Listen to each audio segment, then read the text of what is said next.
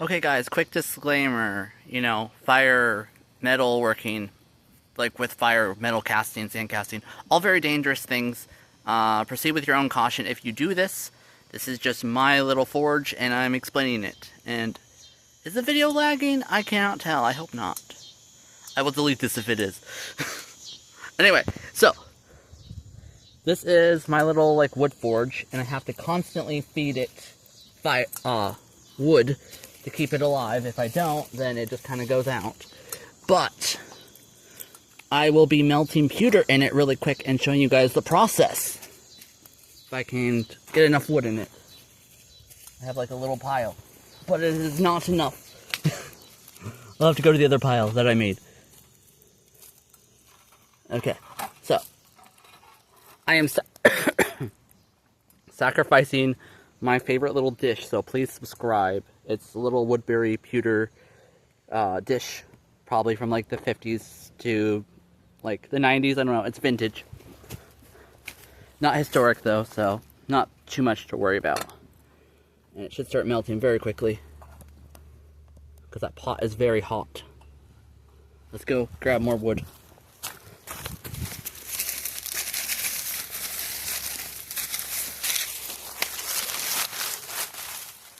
So I got more branches. Start just putting them in. I don't know if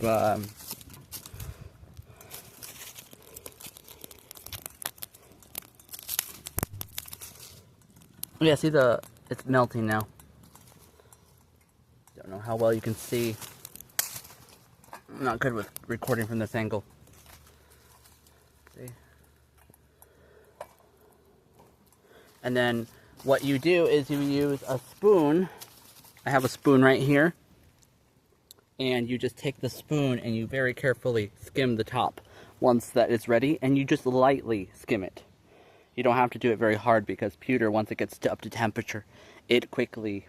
I'm getting like smoked alive. Oh my goodness. Okay. It quickly is ready just to lightly, like feather light, just remove that. And then after that, I have my sand mold box, and I will show you guys how I do like a little, what do you call it? Like a little mold in there. I have like a pendant that's like a vintage Asian pendant I'm going to cast. And I'll show you guys what I do before each one and after each one. So before each one, I just grab it all, because this is kinetic sand and you're not supposed to use this stuff for casting, but other YouTubers use it too.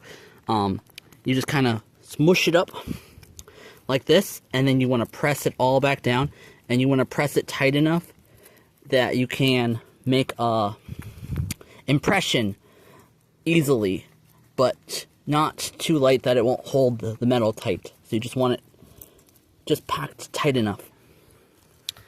And I'll show you how the process quick. So I have a couple towels here. That's what I use to grab the pot. Let me go grab the pendant that I'm going to be casting. Sorry, I'm not used to doing long form videos. I don't do these enough. I feel like it shows. Okay. So here's the Asian style pendant. I'm going to press it in like this. Just gently. And then try to pop it out without damaging the design. And I did it a little bit, but that's fine. I can kind of fix it a little bit. And then put it back in. Because I'm going to have to do finishing work on it anyway, so I just want it to be able to get it out just enough. I feel like I'm messing it up, the design, too much. Might have to add a dop to it. I think that's what they call them. It's like a stick to it to make it so I can get it out easier. That's what I did with the other ones. But yeah, that looks good enough, I think. And then I'm going to grab my metal and put more sticks in. See, I told you, you have to keep putting them in or it just goes right out. And see, it is rather dangerous. Okay. Just start putting them in. I mostly use oak, but pine does work too. You just stick it in And then you have it.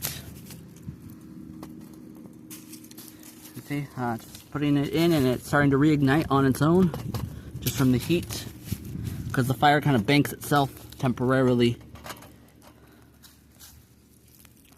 Get it up to temp again so that the metal stays hot enough to pour easy.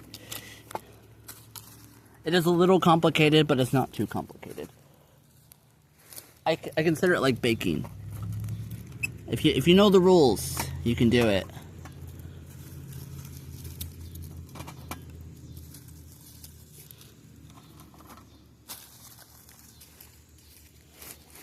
Ah, smoke is like killing me. Okay, that looks good. Let that heat up for a little bit. I'm going to remove any of the stuff off the top and skim the top. Oh, if I'm aiming it right. Okay, hopefully that's aimed right. See, I'm doing it too heavy because the heat is making it hot and making it hard for me to move my hand right. Yeah, just very, very lightly. I probably should take the pan off and then do it. Yeah, because it's starting to get hot again. See, that's why I have the 2 towels. I almost never need them, but I use them anyway, just in case, because I don't want to burn myself. Because that's not fun. So just very, very lightly remove it off the top.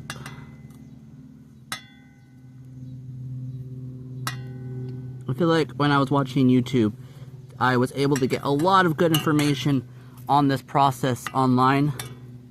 I just kind of tossed the little bits in the grass. It's basically just dirt anyway.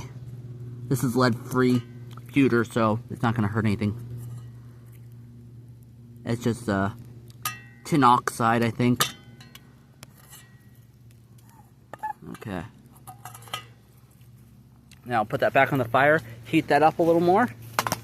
Get it nice and hot for the process. Because you want it to be hot enough that it's going to pour easy.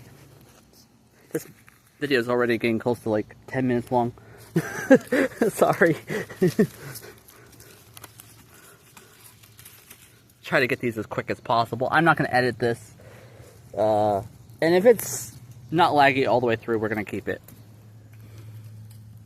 Because I want it to be the actual process and not this speed run. Yes, I am sweating and it looks bad. Oh. Okay. Oh, ow. See, that's what said, it's dangerous. I just kind of fried my finger hair a little bit. Okay. That looks really good so far. It's just about there. Kind of what I wanted is to get hot enough where it kind of looks like a little golden. Let's skim a little more off the top. Shouldn't be doing this when it's in the heat. Okay, got a little more off the top. I don't know if you can see the spoon. Yeah, you can see. Okay. Now, I'm going to grab it with the towel, and I'm going to pour. Okay. I need to fix this mold, make it a little more even. Okay, got it. Yeah, and that handle is very hot, so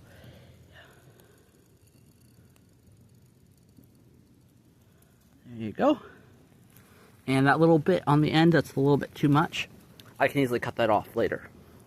I have some diagonal cutting pliers or whatever they're called that I can just kind of snip it off like a tin snip. Because pewter is tin after all. And see, it's already cooling. You can see it starts to go from like this glassy mercury color to like crystally. I don't know if you can see. I'm trying to make sure I have it angled right. There. You can see like a crystalline already happening. So all I gotta do is give that like 4 or 5 minutes. And then I already showed that process before. What I do is I just take a paintbrush and I take the one end and I stick it in to the mold and I pop it up, and then I use the other brush, the other side of the brush, to actually remove all of the sand, the kinetic sand. And there's always some remaining. It is a pain, but at least you get a nice cast of something. And it's easy, and it's going to turn out better after I add a dop, like a little stick that I glue onto that pendant, so I can stick it in and pull it out easier and get a crisper design. Well, a more crisp design, not crisper. You guys know what I mean. Well, I should probably let you guys go. That's the design I left. I mean the forge, and that's all the stuff I use for it, including like that lighter there. And just I mold things I have around and make funky jewelry out of it, like this. Which I think you guys know what this is from. You know, not gonna say much more about that because, you know, I don't want them to come for me. Bye. Thank you guys so much for watching. Please subscribe. I sacrificed my favorite dish for this.